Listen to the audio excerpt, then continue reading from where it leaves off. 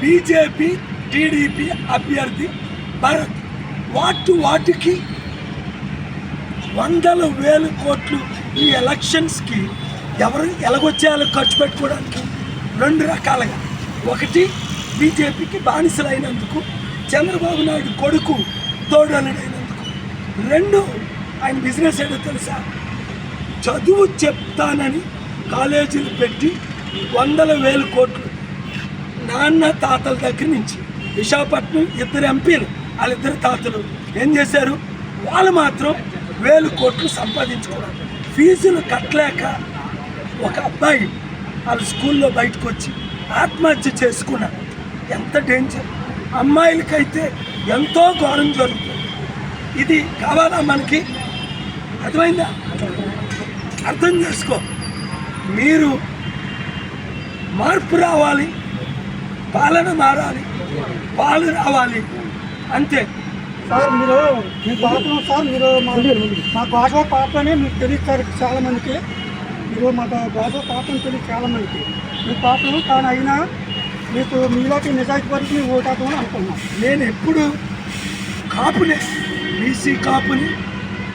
కానీ కులం గురించి వాళ్ళ ఖమ్మంలో అని అంటారు 3% ఉన్నది మనం వెళ్తున్నాం.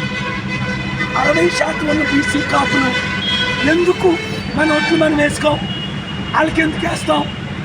అదే కుల కుటుంబ రాజకీయం మనకు అవసరం లేదు. కులాల గురించి మాట్లాడవలసిన లేదు.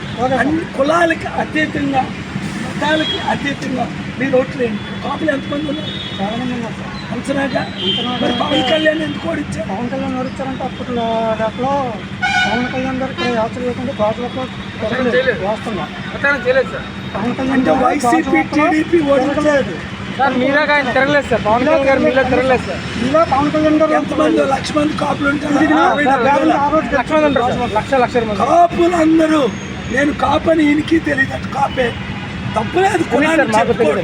మనం 25% ఉన్నాం, 60% బీసీలు ఉన్నాం. నేను ప్రభుని నమ్ముకున్నాను. 20% ప్రభు బిడ్డలు. ముస్లిమ్స్ 10% ఉన్నారు. మరి 3% ఉన్నోళ్ళు, 5% ఉన్నోళ్ళు ఏళ్ళకుంట ఉండాలి అంటే నేను పార్లమెంట్లో అడుగు పెట్టాను.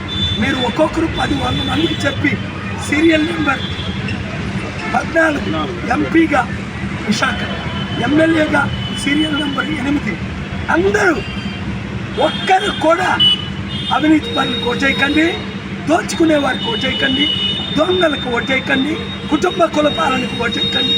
మన ఓటు మనం వేసుకుందాం. Thank you very much. చెప్పు నువ్వు కాపులందరికీ నేను ఓకే సార్. Thank you. జై జై